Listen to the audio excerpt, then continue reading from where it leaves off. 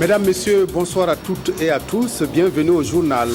En pleine semaine nationale de la citoyenneté, les jeunes de la commune de Pouni dans le Sanguier se sont retrouvés pour apporter leur contribution à la lutte contre l'incivisme à travers un forum salué par le Premier ministre. La deuxième conférence annuelle de la Direction générale des impôts s'ouvre demain autour du thème « Quelle mission foncière, domaniale et cadastrale de la DGI pour une gestion efficace du domaine foncier national ?» Nous recevrons le directeur général des impôts. Autre rencontre que Ouagadougou abrite à partir de demain, le séminaire de formation des organismes de radiodiffusion et télévision du monde francophone CEFOR. Nous en parlerons avec le secrétaire général du CITEF, M. Guy Latiam.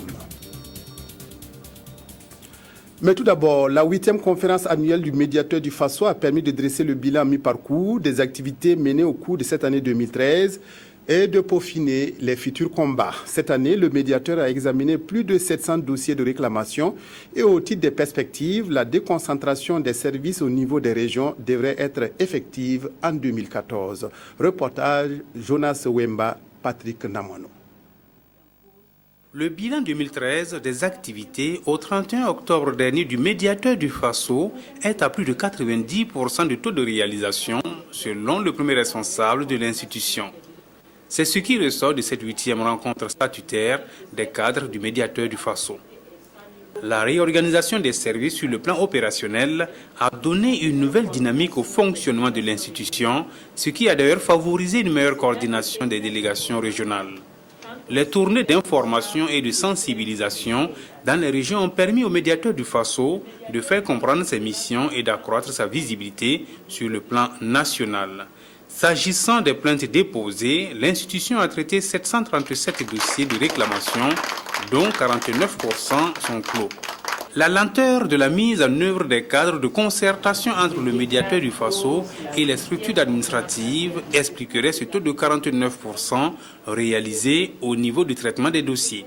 Nous devons encore faire des efforts pour renforcer les cadres de concertation. Les cadres de concertation vont être encore dynamisés de manière à ce que nous puissions pouvoir diligenter l'essentiel de ces documents, de ces dossiers en attente de suite de l'administration. Le médiateur du FASO fête ses 20 ans en mai prochain. Et 2014 verra la création de 4 nouvelles régions du médiateur du FASO. Les Cascades, le Centre Nord et le Plateau Central. Le programme d'activité 2014, lui, s'articule autour du déploiement des activités du médiateur du FASO et le renforcement des capacités de l'institution. Le deuxième forum des jeunes de Pouni s'est tenu hier. Il a mis au centre de ses préoccupations la citoyenneté et le civisme. Cette manifestation vise à responsabiliser la jeunesse et l'impliquer davantage dans le développement. Le Premier ministre a salué la tenue d'un tel forum qui est un exemple à suivre pour prévenir et combattre l'incivisme. Reportage à Pouni, Jacques Lamissa Tarpaga. Les jeunes de Pouni dans le Sanguier ne veulent pas être perçus comme un problème, mais comme une solution pour le développement. Et c'est tout l'objet de ce deuxième forum des jeunes de la commune sur la citoyenneté et la contribution au développement de Pouni. Au bout d'un jour de travail, les jeunes font des recommandations. Pour que nos petits frères de ces lycées de la commune soient des citoyens, il faut que la commune les accompagne. Donc nous avons formulé une recommandation pour que la commune accompagne les établissements secondaires en mettant en place un prix de la citoyenneté, pour que les étudiants et les élèves puissent, ou les écoles puissent entre griffes compétir, voilà, en posant des actes citoyens. La deuxième recommandation, c'est de faire en sorte que la commune puisse organiser un forum communal pour, en tout cas, étendre non seulement les conclusions du forum national sur le civisme, mais aussi en donnant l'information jusqu'à la base. Les recommandations sont très pertinentes. Je pense que l'idée de proposer à la mairie d'établir un prix pour le civisme est une chose qui va effectivement concourir à influencer positivement les actions et les comportements des uns et des autres. Dès aujourd'hui, nous allons commencer à nous pencher sur l'effectivité de cette recommandation. Pour Béyon-Luc Adolphe Thiao, ce forum des jeunes de Pouni est un bel exemple d'organisation citoyenne. Il a du reste invité ses jeunes frères à être des ambassadeurs du civisme et de la citoyenneté à travers le Burkina Faso. Je ne vois pas quelqu'un qui va détruire sa propre maison. Si vous détruisez votre propre maison, c'est pour dormir où? Donc, le Burkina, c'est notre maison commune. Il faut que nous ayons le réflexe du respect des biens publics. Il faut que nous ayons le respect des biens des uns et des autres. La citoyenneté, c'est le départ de toute la démocratie. Dans un processus démocratique, on doit être citoyen. Et le message que j'ai donné à ces jeunes, j'espère qu'il est passé, mais je les félicite d'avoir accepté de sacrifier aujourd'hui leur samedi pour venir parler de civisme et de citoyenneté. Je pense quelque chose de fondamental. C'est un espoir pour tout le Burkina Faso. Le Forum des jeunes de la commune de Pouni entend ici créer un cadre de concertation permanent sur la citoyenneté. Il veut aussi susciter un esprit d'engagement et de solidarité pour la construction d'une cohésion sociale durable. Mobilisation contre les violences en milieu scolaire, l'association des scolaires en lutte contre la violence dans les établissements est plus que jamais déterminée à mener le combat contre l'incivisme et les actes de vandalisme. Pour sonner le tocsin, elle a organisé une conférence publique pour donner un nouveau souffle aux actions qu'elle entreprendra dans les lycées et collèges du Burkina. Reportage Ousmane Drabo, Sylvestre Da. 0% de taux de violence en milieu scolaire, c'est l'ambition qu'affiche l'association des scolaires dans la lutte contre les violences dans les établissements à travers l'organisation de cette conférence publique. Les phénomènes du vandalisme et de l'incivisme prennent une allure inquiétante dans les temps du savoir selon l'association. Elle compte donc peser de tout son poids pour faire face à ces fléaux. On se pose la question à savoir qu'est-ce que les parents nous laissent comme des valeurs. Et est-ce que c'est dû à l'imitation de l'Occident qui fait ce changement en milieu scolaire? Donc c'est dû à ce constat qu'on a trouvé nécessaire de refaire le retour en arrière pour creuser un peu, pour voir quelles sont les valeurs réellement que nous, Burkinabés, nous avons auparavant et que nous, élèves, face à la mutation sociale, on est en train de démasquer. Les valeurs morales qui sont le respect, la tolérance et le patriotisme sont enseignés aux participants venus des différents lycées et collèges de la ville de Ouagadougou. De plus en plus, on s'interroge beaucoup sur la perte des valeurs morales, la perte des valeurs civiques. Et chacun s'interroge à quoi cela est-il dû. Je crois qu'effectivement, avec un milieu scolaire notamment, la question est plus cruciale. Parce qu'on croyait que c'est l'école qui est le foyer dans lequel on formate effectivement les hommes de demain. Mais si ce foyer devient effectivement un espace de violence, ça veut bien qu'effectivement il faut s'inquiéter. Cette activité marque le début d'une série de conférences et de séances de sensibilisation dans 10 établissements secondaires de la capitale burkinabé. Et cela dans le but d'amener ces cadres de demain à mieux faire face aux mutations sociales. La deuxième conférence annuelle de la Direction générale des impôts se tient à partir de demain à Ouagadougou. Thème: quelle mission foncière, domaniale et cadastrale de la DGI pour une gestion efficace du domaine foncier national. Nous recevons le directeur général des impôts. Bonsoir, monsieur le directeur général. Bonsoir, monsieur Bazier. Alors, cette conférence se tient autour de ce thème. Pourquoi avoir choisi ce thème et quelle est son importance? Voilà. La Direction générale des impôts a choisi cette année de se pencher sur la gestion cadastrale, foncière et domaniale, tout simplement parce que vous savez que la terre constitue un danger maintenant pour toute la population. Et d'ailleurs, la stratégie de croissance accélérée de développement durable, qui est le référentiel des actions de développement de notre gouvernement, a identifié la terre comme étant un moyen de production très important. À ce titre, nous devons, en tant qu'administration, et c'est d'ailleurs la mission qui nous a été confiée, la Direction générale des impôts se doit de gérer les droits réels immobiliers des citoyens. Pour ce faire, nous devons non seulement assurer une certaine célérité dans le traitement des dossiers des contribuables, assurer la garantie des droits réels immobiliers.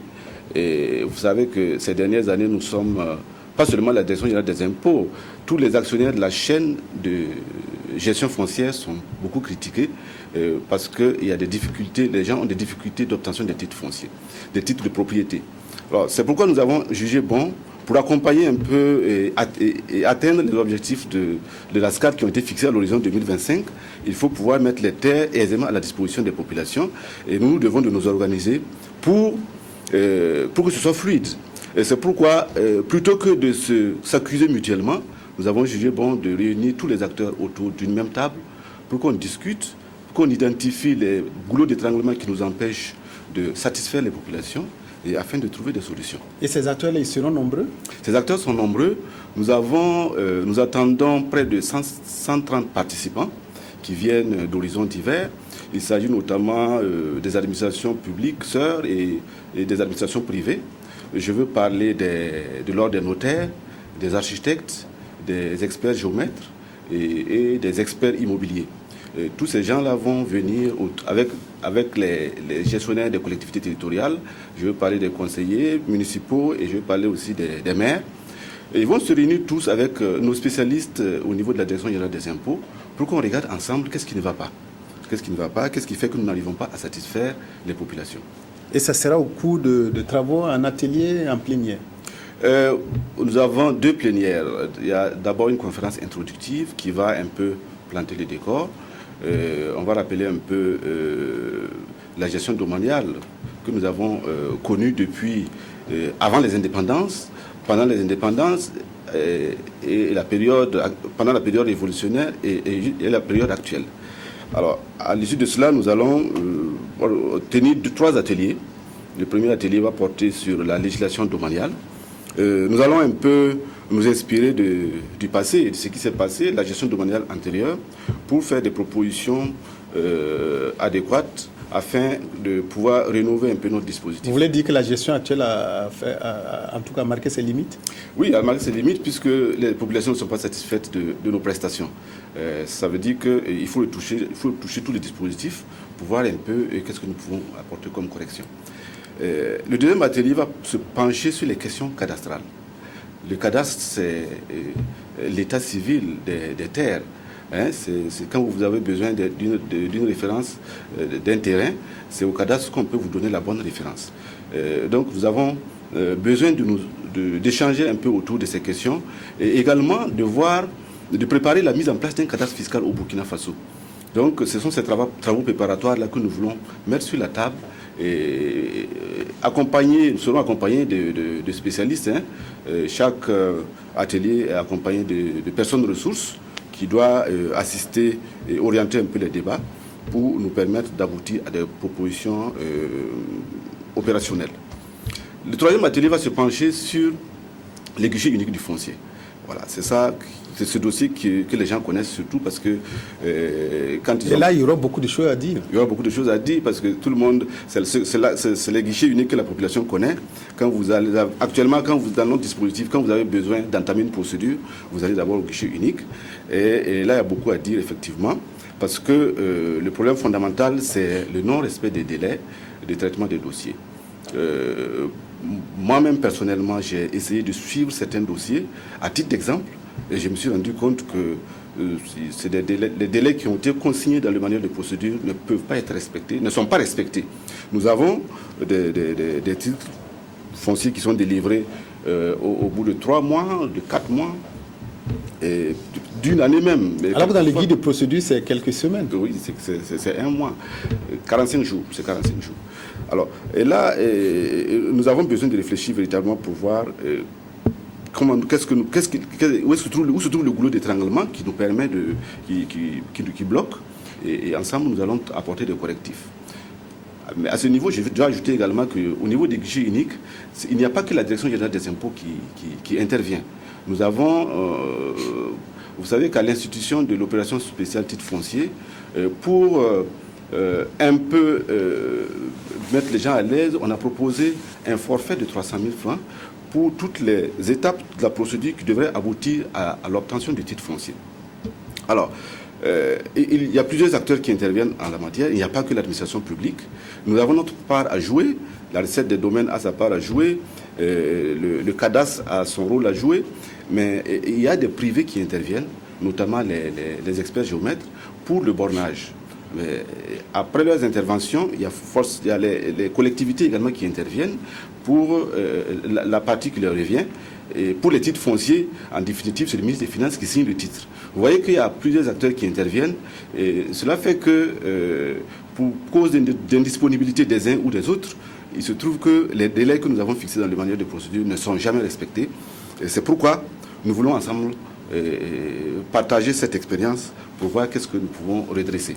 De manière générale, monsieur le directeur général, qu'est-ce que vous attendez de cette deuxième conférence annuelle de la Direction générale des impôts? Nous attendons véritablement des propositions concrètes des propositions opérationnelles qui devraient nous permettre, au niveau par exemple des guichets uniques, de réduire considérablement les délais réels. Parce que les délais consignés dans le livre de la manuel de procédure, c'est des délais théoriques, mais dans la réalité, ces délais sont largement dépassés. Donc, c'est des propositions, nous attendons des propositions qui devraient nous permettre de corriger véritablement ces délais-là, afin que la population puisse disposer des titres qu'il faut, parce que vous savez que c'est le titre foncier actuellement, c'est le document qu'il faut pour contracter des emprunts en banque, pour prendre des engagements. C'est le titre qui est reconnu par le droit OHADA, plutôt que le PIH maintenant. Donc, ce qui fait que le titre il est très important et il nous appartient de faire en sorte que ce titre-là soit disponible le plus tôt possible. Est-ce que les populations sont au courant que le PIH n'est plus valable et que c'est le titre foncier qui marche maintenant? Non, le PIH il a sa valeur, mais c'est le titre foncier, les banquiers, par exemple, quand vous allez en banque aujourd'hui pour garantir un bien immobilier, la référence c'est le titre foncier. Alors ça, c'est le droit OHADA qui le consacre et voilà. Alors la première conférence annuelle de la Direction générale des impôts s'est tenue l'année dernière. Est-ce que vous avez pu tirer quelque chose de cette conférence? Quelles sont les conclusions? En 2 mots, qu'est-ce qu'on a recommandé que vous avez pu mettre en exécution? La dernière conférence annuelle, qui était la première d'ailleurs, qu'organisait la Direction générale des impôts, s'est penchée sur la mise en place d'un code général des impôts. C'est un instrument qui nous manquait, qui manquait à nos praticiens, qui manquait aux investisseurs potentiels qui voulaient venir au Burkina. Cette conférence nous a permis véritablement de concevoir, de finaliser un avant-projet de code général des impôts que nous avons transmis au gouvernement. Cet avant-projet est sur la table du gouvernement actuellement, qui est en train de l'examiner. Et je crois qu'après cet examen et après la prise en compte de certaines orientations également du gouvernement, on devra pouvoir transmettre ce code général des impôts à la représentation nationale pour qu'elle soit validée. Alors, on se porte de manière générale la Direction générale des impôts. Situation de recouvrement, en tout cas, ça répond à vos attentes? En termes de résultats, je dois dire que la Direction générale des impôts se porte relativement bien. Je m'en veux pour preuve les taux de réalisation que nous avons pu atteindre ces dernières années. En 2010, nous avons réalisé 313 milliards sur 344, un taux de 91%. 2011, nous en avons réalisé 386 milliards sur 356, soit un taux de 108%. En 2012 plutôt, 464 milliards sur 433, soit un taux de 114%. En 2013, les tendances sont également bonnes. Nous sommes à 444 milliards au 31 octobre 2013 et nous attendons en fin d'année 534 milliards. Il nous reste pour les 2 mois un effort de 89 milliards à faire pour boucler un peu, pour atteindre un peu les prévisions qui nous sont assignées. C'est des prévisions ambitieuses, mais nous pensons que avec la mobilisation habituelle des agents que nous connaissons, on devrait pouvoir atteindre l'objectif qui nous a été assigné. Merci beaucoup, M. Paul Nikiema, directeur général des impôts. Vous étiez venu ce soir nous parler de la 2e conférence annuelle de la Direction générale des impôts qui s'ouvre demain à Ouagadougou et qui réunit plus d'une centaine de participants pour se pencher donc sur le foncier national burkinabé. Merci beaucoup. Merci. La concertation entre le ministère de la Promotion de la Femme et du Genre et les femmes des différentes catégories socio-professionnelles s'est achevée hier. Les difficultés que rencontrent ces femmes dans l'exercice de leur métier ont été passées en revue afin de les aplanir. Des recommandations ont été adoptées pour l'épanouissement des femmes burkinabées. Zalissa Sanfo, Claudine Bikaba. Elles sont près de 2000, issues de toutes les couches socio-professionnelles du Burkina Faso, à répondre à l'appel de leur ministre de tutelle. Il s'agit du ministre de la Promotion de la Femme et du Genre. Ici, les femmes ont parlé de leurs conditions socio-professionnelles. Une vie sociale et professionnelle marquée par des actes de violence de toutes sortes à tous les niveaux que Madame la ministre qualifie de dévalorisants et de honteux. Il y a des problèmes communs à toutes les femmes, quel que soit leur niveau d'éducation, quel que soit leur secteur d'activité. C'est le cas du harcèlement sexuel.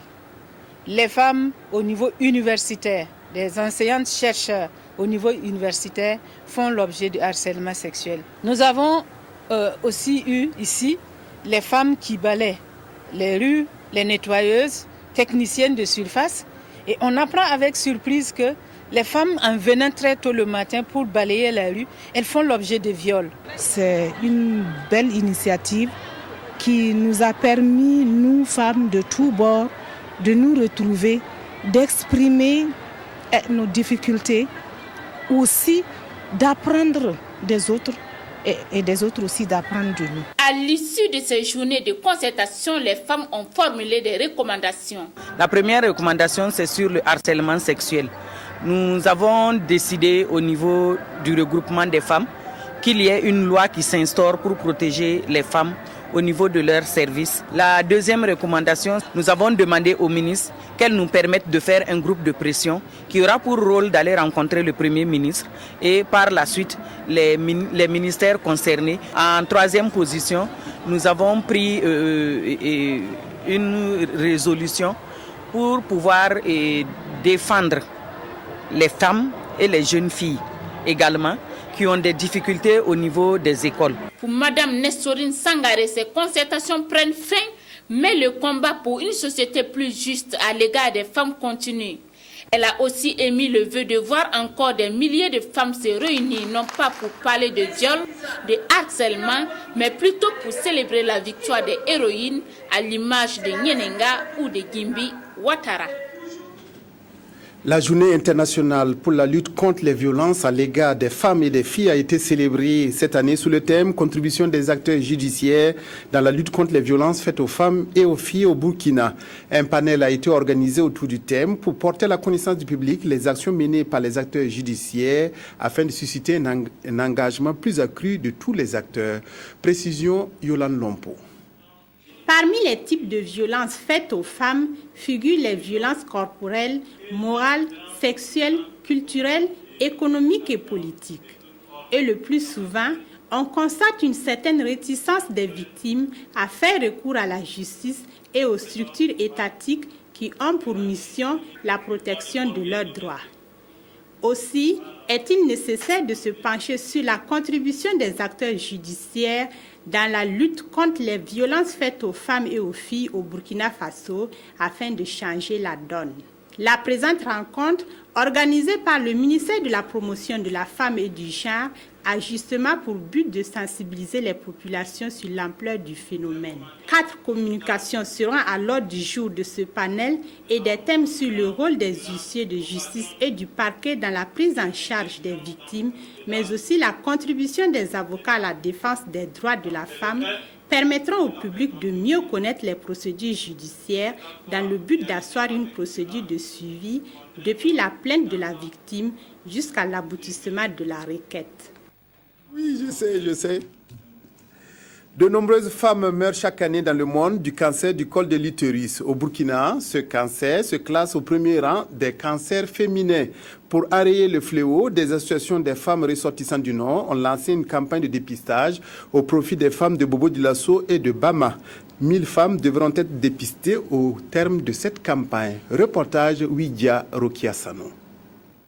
À peine ce reportage sera-t-il fini qu'une femme quelque part dans le monde mourra des suites du cancer du col de l'utérus.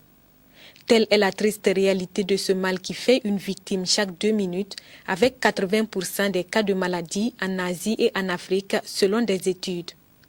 Face à ces statistiques alarmantes, le réseau des ressortissants du Nord dans les hauts bassins monte au créneau en offrant gratuitement le dépistage et le traitement aux femmes de Bobo-Dioulasso et de Bama. Il y a d'autres femmes même qui ne savaient pas qu'on peut se dépister pour connaître ce que tu as.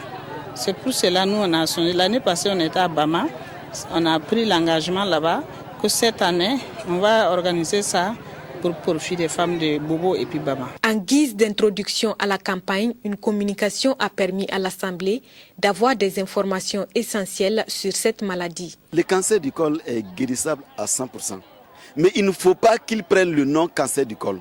Une fois qu'il prend le nom cancer du col, ça devient difficile.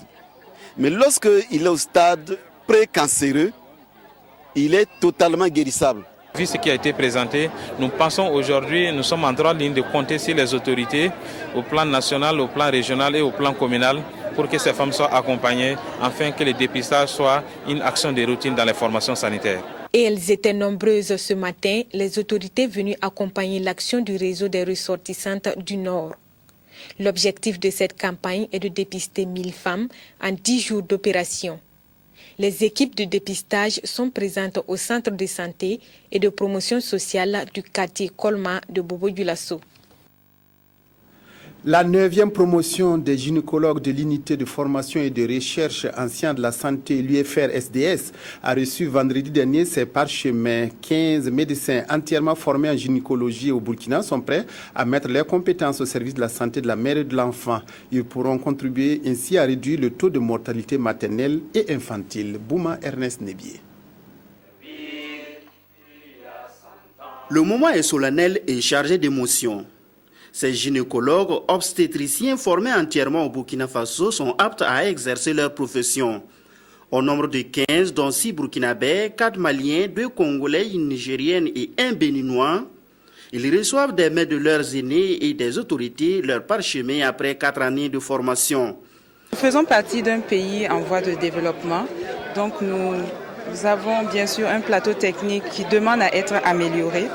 Mais n'empêche, nous pensons qu'avec l'aide des uns et des autres, nous pourrons arriver à atteindre ces objectifs du millénaire en matière de santé maternelle et de la reproduction. Professionnalisme, intégrité, rigueur, modestie et humilité sont entre autres les valeurs qui devraient guider les pas de ces ressources humaines compétentes, opérationnelles mises à la disposition des autorités sanitaires africaines. L'ambition est d'améliorer la prise en charge de la mère et de l'enfant. La santé de la mère et de l'enfant reste un grand problème, une grande préoccupation. Et quand vous voyez un peu le nombre de décès au niveau des enfants et au niveau des mamans, on peut dire que véritablement nous devons mettre encore un accent particulier pour la formation de spécialistes, notamment dans le domaine de la gynécologie et de l'obstétrique. Si nous voulons quitter le rouge habituel où nos pays en voie de développement se trouvent, nous devons développer les ressources humaines. Ça veut dire quoi ? Ça veut dire que les personnes qualifiées dans le domaine de la santé doivent se retrouver au niveau périphérique, dans les zones rurales où se trouvent les 80% des populations qui ont besoin de nous. Et je pense qu'en envoyant les personnes spécialisées, les gynécologues spécialisés dans ces zones rurales, nous allons réduire le ratio de mortalité maternelle et mortalité infantile dans nos pays. À cette cérémonie de sortie de la 9e promotion des gynécologues obstétriciens, le monde de la médecine burkinabé a reconnu les mérites du professeur Ezeb Alionou du Bénin, qui depuis fort longtemps participe au jury international du DSS en gynécologie obstétrique. Depuis la création de cette filière en 2002, ce sont 118 gynécologues de 7 nationalités africaines qui ont été formés au profit de la santé de la mère et de l'enfant. Créé en novembre 2005 à Bobo-Dioulasso, l'Institut supérieur des sciences de la santé est un établissement de recherche scientifique et d'enseignement spécialisé dans la formation des professionnels de la santé. Ce jeune institut compte actuellement 277 étudiants. La semaine prochaine, sa toute première promotion de médecin sera sur le terrain au service de la santé des populations. Ouidia Roki Asano. L'Institut supérieur des sciences de la santé INSA est à l'Université polytechnique de Bobo-Dioulasso, ce que l'unité de formation et de recherche en sciences de la santé UFR-SDS est à l'Université de Ouagadougou. Une faculté de médecine qui a pour vocation la formation d'hommes et de femmes au service des populations pour l'amélioration de leurs conditions sanitaires. L'Institut accueille des étudiants titulaires du baccalauréat scientifique, série C ou D, qui sont en plus soumis à un concours d'admission. La formation répartie en 3 cycles allie théorie et pratique. Le passage en classe supérieure pour les 2 premières années est conditionné par l'obtention d'une moyenne générale d'au moins 10 sur 20 sans note éliminatoire. À partir de la 3e année ou de la 4e année, ce n'est plus des moyennes générales. L'enseignement est maintenant modulaire. L'étudiant peut passer avec des modules en crédit. À partir de la 6e année, vous êtes obligé de valider tous les modules avant de pouvoir passer à la 7e année. Et en 7e année, c'est uniquement les stages hospitaliers. Et là, toutes les matinées, on est à l'hôpital. Et vraiment, on est imprégné donc de toutes les conditions de l'hôpital. on est proche des malades pour apprendre à joindre donc la théorie à la pratique. C'est justement pour répondre à un besoin de formation en situation réelle que l'INSA ne recrute que 30 étudiants par an. C'est compte tenu des possibilités de formation, surtout d'encadrement au niveau de l'hôpital. Parce qu'il y a des règles de formation des étudiants en médecine, donc il faut un nombre de lits pour pouvoir former un étudiant. Dans sa mission, l'INSA fait face à des difficultés telles que l'absence de laboratoire, de salles informatiques et de bureaux pour les enseignants sur le site. Mais pour les responsables de l'Institut, la priorité reste dans la construction d'un deuxième centre hospitalier universitaire à Bobo-Dioulasso. Dernièrement, je pense que la décision politique a été prise par le chef de l'État d'ouvrir ce deuxième CHU à Bobo. Et donc nous souhaitons que très rapidement les études soient faites et qu'effectivement ce deuxième CHU soit une réalité. En attendant, l'Institut met un point d'honneur à offrir une formation de qualité à ses étudiants. Les enseignants qui s'y attellent sont majoritairement burkinabés, mais d'autres professionnels étrangers apportent également leur contribution au rayonnement de l'INSA. Aujourd'hui, le constat est là, après 8 années de formation, donc les premiers médecins vont sortir cette année.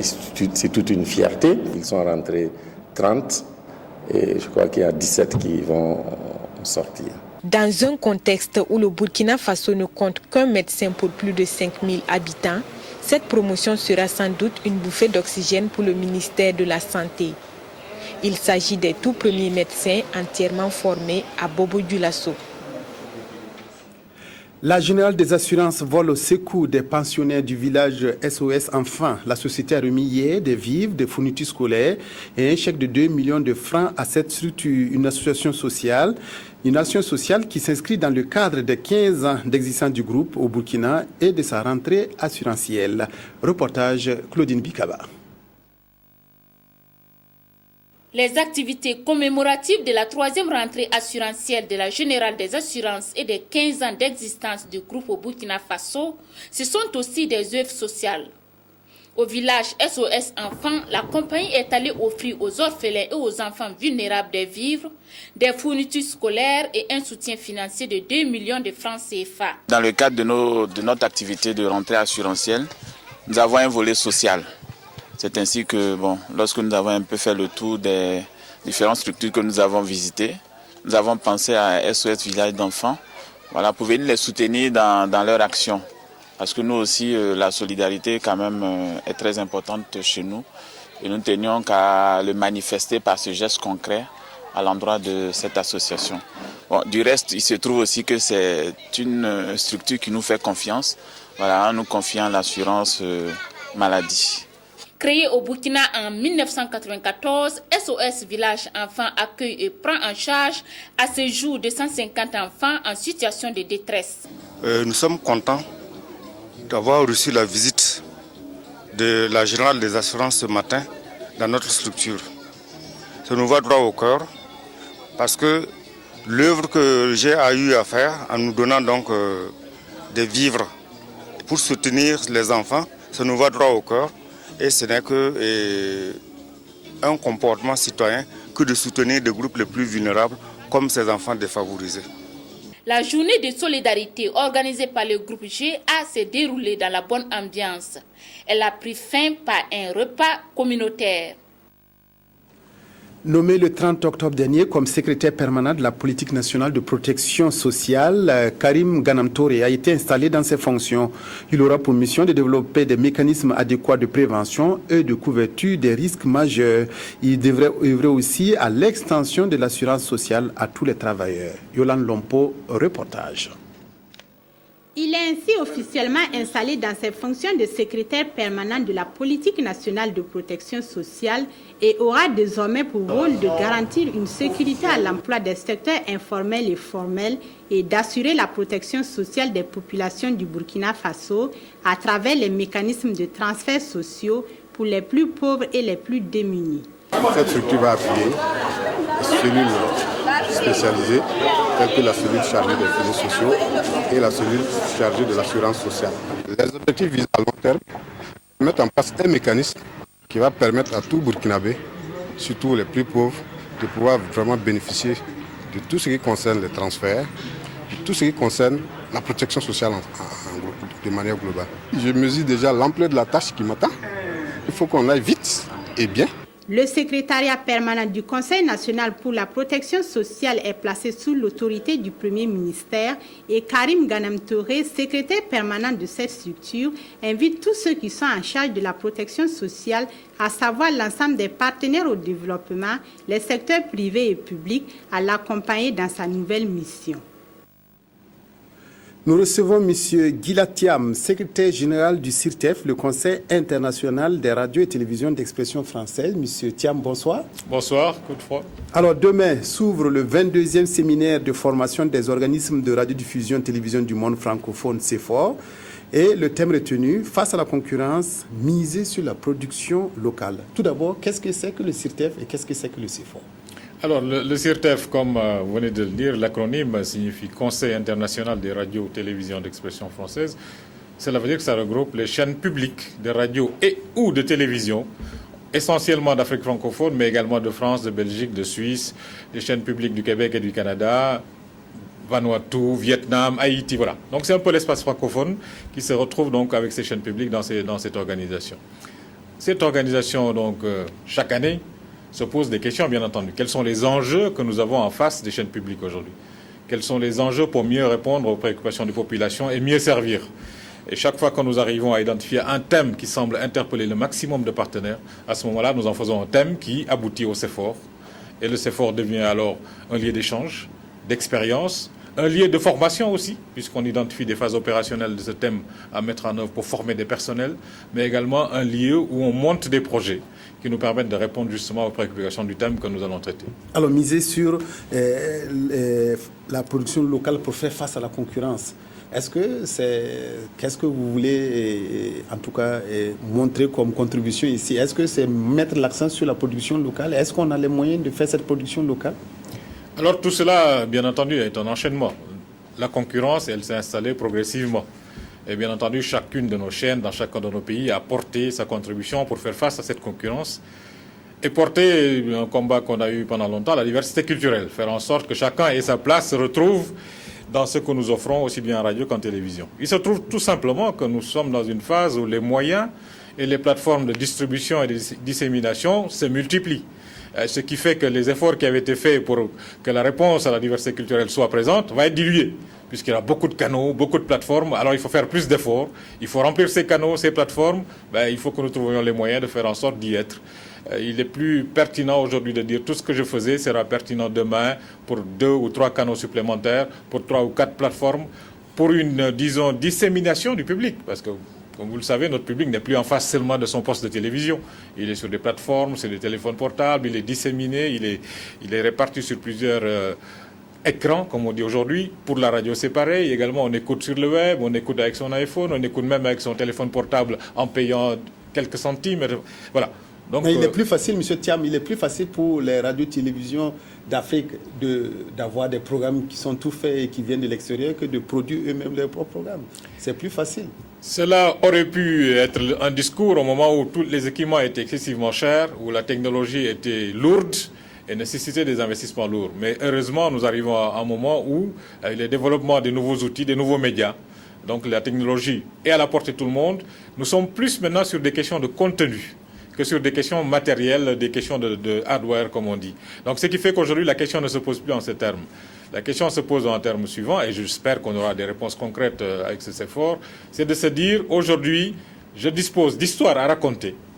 Et on sait tous qu'on a beaucoup de choses à raconter en Afrique. Aujourd'hui, j'ai des attentes de mes populations qui sont agressées, entre guillemets, par des programmes qui sont amortis ailleurs, qui y a un mode de vie, porteurs de valeurs qui ne sont peut-être pas les nôtres. Comment je fais aujourd'hui pour refléter mes valeurs? Donc, comment je fais avec les moyens que j'ai? Quel partenariat je mets en œuvre? Et c'est là où des organisations comme le CIRTEF, et je tiens à saluer le fait qu'on organise le CEFOR avec l'Organisation internationale de la francophonie, qui soutient également la production audiovisuelle du Sud. D'autres partenaires du Nord également le font. Mais au Burkina, ce n'est pas ici que je vais parler de production locale. On sait. Mais il faudra impulser cela. La production est toujours insuffisante au vu de la grille de programme de la RTV. Au vu de la grille, cela fera que pendant ce CEFOR, nous allons travailler dans un esprit qui sera de faire impulser le partenariat public-privé. Nous pensons que nous arrivons à un moment où il faudra bâtir ce qu'on appelle une économie de l'audiovisuel. C'est-à-dire qu'il faudra que tous les acteurs de l'audiovisuel puissent vivre de cet audiovisuel. Ça veut dire celui qui écrit d'abord, à celui qui met en œuvre, celui qui met en scène, celui qui réalise, celui qui capte, celui qui filme, celui qui enregistre. Tout cela doit être organisé, qu'il y ait des flux de manière telle que tout le monde vive de cela. Ça transcende public-privé, donc il faudra qu'on arrive à des partenariats. Mais ça n'exclut pas que les partenariats Nord-Sud également ont leur esprit et leur place. Et nous travaillons par exemple avec une chaîne à dimension mondiale comme TV5 Monde qui apporte également des moyens pour soutenir la production audiovisuelle du Sud. Plus les moyens de l'EIF, plus les moyens du CIRTEF, plus les moyens de nos organismes du Sud qui ont des moyens également. Et nous pensons que, également, l'URTNA, nous travaillons avec l'URTNA, même une organisation sous-régionale comme le RAPAF, également, et nous pensons que certains outils également pourront sortir de nos travaux pour montrer comment les utiliser, comment mieux mesurer l'audience, comment faire en sorte que l'on maîtrise mieux le coût de grille. Il faudra continuer à acheter, c'est sûr, mais comment faire en sorte qu'on dégage de l'argent pour la production et cette production la rentabiliser elle-même, faire en sorte qu'elle rapporte aussi. Et c'est là où je fais le lien, par exemple, avec le CEFOR qu'on a eu en 2000 ici. Vous le savez, on avait lancé un projet qui portait sur la sauvegarde du patrimoine audiovisuel. Tous, nous avons vécu les moments où la pénurie des bandes faisait qu'on effaçait des sujets. Et là, on s'est dit à un moment donné, il faut arrêter. C'est un patrimoine qui ne nous appartient pas, nous, professionnels. C'est un patrimoine à sauvegarder. Et je suis heureux de dire que ça a été lancé à Ouaga. Aujourd'hui, c'est opérationnel. Quels sont les temps forts du CEFOR 2013 ? Alors, le CEFOR 2013 portera d'abord sur la réflexion et l'échange d'expériences autour de la production elle-même, de manière globale. Ensuite, nous parlerons du partenariat public et privé, comment faire en sorte que ce soit dynamique et dynamisant pour les deux entités. Nous parlerons également de la radio qu'on oublie assez souvent quand on parle de concurrence, mais du fait que le développement web aujourd'hui nous impose à travailler mieux nos sujets radio, des sujets courts que les gens consomment sur des supports courts, etc. Et nous parlerons également de l'audience, comme je dis, quels outils mettre en œuvre pour maîtriser l'audience. Elle se disperse, il faut qu'on la trouve partout où elle est, mais il faut qu'on puisse la mesurer partout et savoir si on répond réellement à l'attente. Si celui qui est sur son téléphone portable a besoin d'un programme de 2 ou 3 minutes, il faudra qu'on arrive à le lui donner. Celui qui peut rester confortablement devant sa télévision, il faut qu'on arrive à lui donner son programme de 30 minutes dont il a l'habitude. C'est ces questions-là, la segmentation de l'audience, comment la prendre en charge dans la définition de nos grilles et comment maîtriser mieux le coût de grille. Voilà, c'est des questions comme cela auxquelles on va répondre. Mais je vous avoue tout de suite, je n'ai pas toutes les réponses au moment où je parle. Et j'espère que je les aurai à la fin du CEFOR. Voilà, tant mieux. Et nous espérons que ce séminaire qui est placé, l'ouverture est placée sous le très haut patronage de son Excellence, le président du Faso, Blaise Compaoré, qui montre que les autorités accordent une grande importance à cette rencontre de Ouagadougou. Nous avons eu l'avantage effectivement d'avoir l'honneur d'être placé sous le très haut patronage du président du Faso et d'avoir également son Excellence le Premier ministre qui également ouvrira nos travaux, ce qui fait que nous-mêmes, nous sentons en position d'obligation de résultat. Parce que ça va nous impulser et l'accueil que j'ai eu il y a quelques mois quand je suis venu ici montrait déjà l'importance que les autorités accordaient à cette question-là. Et c'est pour cela qu'avec le directeur général de la RTB, on s'est senti obligé de faire en sorte que les choses se passent bien. Jusqu'au moment où je parle, je dois avouer qu'avec beaucoup de satisfaction, les choses ont été bien préparées, se profilent bien, et que demain, je pense que nous aurons de bonnes conditions pour commencer nos travaux. Voilà, tant mieux, bon vent pour vous, pour votre 22e séminaire de formation des organismes de radiodiffusion et télévision du monde francophone. Monsieur Gila Thiam, secrétaire général du CIRTEF, merci beaucoup d'être venu ce soir sur notre plateau. Merci de votre invitation, autrefois. L'Institut panafricain pour le développement IPDAOS se prépare à fêter l'année prochaine ses 50 ans d'existence. En prélude à ces manifestations, les responsables de l'IPD ont rencontré la presse pour évoquer le programme de la célébration. La vision de l'Institut est d'être le meilleur centre pour le développement concerté et durable du continent africain. Yolande Lompo. En 2014, l'Institut panafricain pour le développement aura un demi-siècle. Le développement concerté, décent et durable, respectant la dignité humaine et sauvegardant l'espèce animale et végétale en Afrique est le thème retenu et pour mieux préparer l'événement, des rencontres statutaires se tiendront jusqu'au 28 novembre 2013. Au programme de ce cinquantenaire qui s'étendra sur toute l'année 2014, figurent entre autres des journées portes ouvertes régionales et une semaine de l'innovation en Éthiopie. Ça va nous permettre de voir avec les autres pays quels sont les problèmes vraiment réels que rencontre l'IPDAOS en particulier et qu'est-ce que nous attendons aussi des pays, leur implication. Le Burkina a été choisi pour appliquer le lancement de la cérémonie du campionnat. 10 pays africains sont membres de l'IPD-AOS, dont la mission est de participer au développement économique, social et culturel des pays africains à travers la recherche-action, l'appui conseil et la formation de cadres dans le domaine du développement. Et pour sa redynamisation, cette association internationale créée en 1964 à Genève devra non seulement compter sur les frais de formation, les recettes issues de ces prestations, l'appui des États membres, mais également sur les conclusions de la réflexion sur ses prochaines orientations. Dori sera au centre de toutes les attentions à l'occasion de la célébration du 11 décembre 2013. Pour une plus grande sécurité routière, l'association Norden Auto, qui signifie un Fulfulde prêt à servir, a organisé jeudi dernier un forum d'information et de sensibilisation. Cette rencontre avait pour objectif de définir les causes des accidents de la circulation et de formuler des recommandations. Bouma Ernest Nebier. L'association Norden Auto, en abrégé A2N, veut s'investir dans la sécurité routière à Dori. C'est pourquoi, dans le cadre de la mise en œuvre du programme d'appui aux collectivités territoriales PACT, elle organise en collaboration avec la mairie de Dori ce forum d'information de sensibilisation sur la sécurité routière. La sécurité routière a été identifiée comme thématique de préoccupation par la commune de Dori.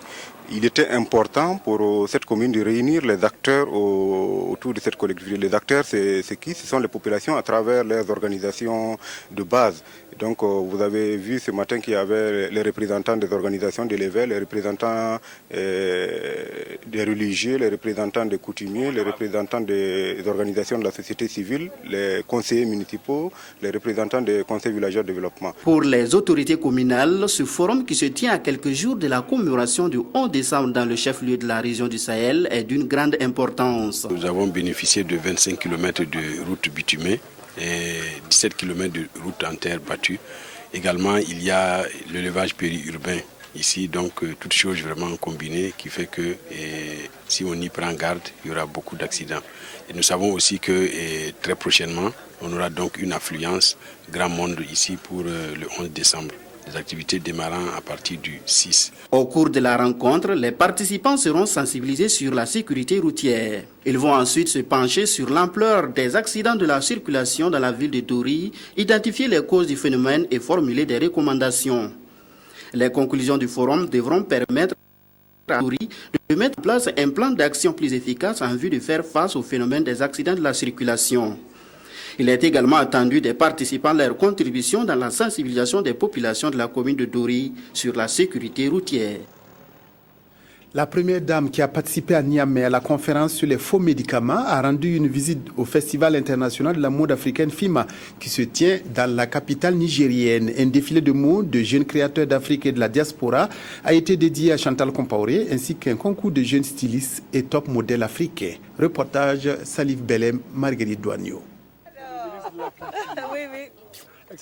Chantal Compaoré au FIMA 2013, une visite visiblement très attendue par les organisateurs qui ne cachent pas leur plaisir de recevoir celle-là même qui est l'un des soutiens des toutes premières heures de cette aventure pensée et initiée il y a 15 ans. La première dame du Faso, qui se fait très rare au rendez-vous du Festival international de la mode africaine au Niger, et c'est Alfadi qui est le plus heureux ce soir du 22 novembre, et cela pour une simple raison. Nous avons vu Alfadi démarrer et aujourd'hui c'est un grand monsieur et c'est un monsieur qui fait profiter vraiment les créateurs africains de son savoir et aussi il faut dire que grâce à lui nous avons ce beau FIMA qui nous apporte beaucoup aux créateurs africains. En tout cas, merci Alpha. La 9e édition du FIMA se tient dans un contexte où la sous-région est traversée par des crises sociopolitiques et sécuritaires. Aussi, a-t-on voulu dédier ce FIMA à la paix et au développement en Afrique? Un FIMA pour la paix, comment cela se traduit-il? La paix, c'est la première dame du Burkina qui est venue rencontrer le Niger. La paix, c'est une manière de se donner la main pour un développement durable. La paix, c'est pour que la création puisse servir au développement et donner une chance à l'Afrique positive. Ce qui s'est passé à Kidal, plus jamais ça. Nous voulons donner une chance à nos dirigeants politiques de grandir et de faire grandir l'économie africaine avec. Le FIMA 2013 veut aussi donner une chance à la relève et ce soir, le tapis rouge est déroulé aux jeunes créateurs africains qui ont fait montre de leur génie. Une dizaine de jeunes stylistes de l'Afrique et de sa diaspora a pris part à la compétition où qualité et créativité demeurent les maîtres mots. Les jeunes top modèles ont eux également rivalisé de talent sur cette scène que le FIMA offre. La mode peut jouer sa partition au développement économique de l'Afrique. C'est la note d'espoir qu'Al-Fadi veut faire entendre à tous les acteurs du développement. Nous avons donné une chance à la jeune création de concourir, d'être ensemble. On a fait hier la nuit panafricaine où il y avait plus de 20 pays qui avaient défilé. Avant-hier, on a fait un grand concert musical avec Passy, avec Benji, avec Aïcha Koné, avec des grands artistes qui sont venus. C'est une histoire. Demain, il y aura la grande nuit du monde. Il y a les 5 continents qui se réunissent avec plus de 25 créateurs qui vont défiler au grand jour pour montrer que l'Afrique est capable. S'il y a Américain, il y a Chinois, il y a Japonais, il y a aussi Africains. Mais l'Afrique aussi a un savoir-faire. Le Burkina Faso est représenté au concours de top modèle avec 2 candidats. Les meilleurs jeunes créateurs et mannequins auront des opportunités pour tenter leur chance à l'international. Et c'est tout le mal que le FIMA souhaite à la mode africaine. Un défilé de mode et de coiffure était l'un des principaux temps forts de la cérémonie de clôture du festival Coiffure Meda, qui était placé sous le patronage du président de l'Assemblée nationale, Sungalo Apollinaire Ouattara. Au moins 30 salons de coiffure ont fait découvrir à Bobo Dioulasso leurs créations au cours de cette manifestation. Reportage Amadou Lougué. Nous sommes au festival de coiffure Main d'art de Bobo Dioulasso. Depuis sa création en 2009, c'est la 2e fois que l'association Reflet de Beauté organise un festival du genre dans la ville de Sia. L'objectif poursuivi par les membres, valoriser le métier de l'art vestimentaire et l'expression de la coiffure dans toute sa diversité. Il y a beaucoup de valeurs, les valeurs culturelles, les valeurs des coiffures que nous voulons montrer aux yeux de la population et aux yeux de nos autorités que la coiffure aussi c'est de l'art qu'il faut valoriser. D'où la 2e édition. En tout, 32 salons de coiffure de Dédougou et de Bobo Dioulasso ont répondu à l'appel du festival. Défilés de mode, musique et discours sont les temps forts de la manifestation. Elle s'est investie dans le domaine de la formation professionnelle puisqu'elle gère un centre où on s'exerce à l'art capillaire, où on s'exerce à la couture, où on s'exerce à l'esthétique. C'est toutes choses, bien sûr, qui contribuent à la création d'emplois. L'art capillaire et l'art vestimentaire sont aujourd'hui pourvoyeurs d'emplois pour les jeunes et participent ainsi au développement socio-économique de la région des Hauts-Bassins. Mais le manque de centres modernes de formation en couture et en coiffure à Bobo Dioulasso, leur faible niveau d'organisation sont entre autres les difficultés qui entravent un développement véritable de ces secteurs d'activité. Et toutes ces préoccupations ont été formulées sous forme de requêtes et adressées au premier responsable du département en charge de l'emploi et de la formation professionnelle, parrain de la présente édition. L'Association catholique des hommes de Bobo a fêté aujourd'hui à Nassau le 35e anniversaire de l'association. Pour la circonstance, de nombreux fidèles des 16 paroisses du diocèse ainsi que les autorités politiques et administratives ont fait le déplacement de Nassau pour participer à cette célébration religieuse. Reportage Moumouni Baro. Tout a commencé par cette marche solennelle accompagnée de chants et de prières, consacrant ainsi le début de la journée de l'Association catholique des hommes du diocèse de Bobo Dioulasso. Aujourd'hui, l'association a 35 ans de vie. Cela s'est fait dans la joie et dans l'amour du Seigneur. Voilà, pendant ces 35 ans, nous avons essayé de regrouper les hommes et de leur parler du Christ, les bienfaits du Christ, le Christ nous a sauvés et tout. Cette 35e journée aussi, ça a été pour nous des journées, c'est une marche de pardon, de paix et d'amour envers toute la population, envers tout le monde, toutes les autres confessions religieuses, nous ne faisons pas de différence. Cette journée qui marque la célébration du 35e anniversaire de l'association correspond également à la fête du Christ, un événement majeur chez les fidèles chrétiens. Cette fête d'abord est le couronnement de l'année liturgique. C'est le dernier dimanche du temps ordinaire. Ceux qui ne connaissent pas l'histoire, vous savez, le Christ a été proclamé roi. Vous savez, l'évangile d'aujourd'hui nous parle comment il a souffert. Il a été crucifié et mort et ressuscité et Dieu l'a couronné. Et c'est cet événement que l'Église catholique fête aujourd'hui. L'abbé André Barrault, qui a officié la messe, est revenu sur les valeurs fondamentales que tout fidèle chrétien doit cultiver, la paix et l'amour de Dieu. Car selon lui, un chrétien qui n'est pas un artisan de paix n'a pas compris l'appel de Dieu. Dans la même veine, le président de l'Assemblée nationale, Soumalo Apollinaire Ouattara, parrain de la cérémonie, attache du prix à l'esprit civique, la concorde et la paix sociale, gage d'une stabilité. À son tour, le président du Conseil régional des Hauts-Bassins, membre du diocèse, a ajouté que les autorités seront toujours prêtes à soutenir les actions de l'association. Nous avons accompagné le président de l'Assemblée nationale dans sa paroisse, à Nassau-Cointou, pour célébrer le 35e anniversaire de l'ACHD. Nous avons participé avec le président de l'Assemblée à une dizaine de célébrations. Depuis longtemps, nous travaillons avec cette association. C'est dans cette ferveur religieuse que les fidèles chrétiens se sont donné rendez-vous en novembre 2014 pour le 36e anniversaire. Mais cette fois-ci, c'est la paroisse de Cointou qui abritera la manifestation. Sport, l'Asfanyenenga a remporté hier la Super Coupe AJSB de football au stade municipal de Ouagadougou. Les jaunes et verts ont battu les électriciens de l'AS Sonabel à l'issue des tirs au but. À la fin du temps réglementaire, les deux équipes n'avaient pu se départager. Un but partout. Compte rendu, Modeste Ouedraogo. L'Asfanyenenga domine le football burkinabé en cette année 2013. Champion en titre, vainqueur de la Coupe du Faso, les verts et or ajoutent la Super Coupe AJSB à leur collection. Et dire que Cheikh Oumar Koné est privé de ses titulaires appelés avec les étalons locaux au tournoi de l'UFOA. C'est donc une équipe asphasienne fortement remaniée qui se présente face à l'AS Sonabel de Kamou-Malo. La première période va haut et les occasions se font rares. Sur cette belle introduction, Ousmane Nana perd son duel avec Valentin Kouakou. Juste Zio renvoie les 22 acteurs dans les vestiaires sur le score de 0-0. Au retour, le jeu asphasien devient plus fluide. Mais ce sont les garçons de Kamou-Malo qui se montrent plus dangereux. Ousmane Aboubaka, d'un geste spectaculaire, ouvre le score à la 62e minute.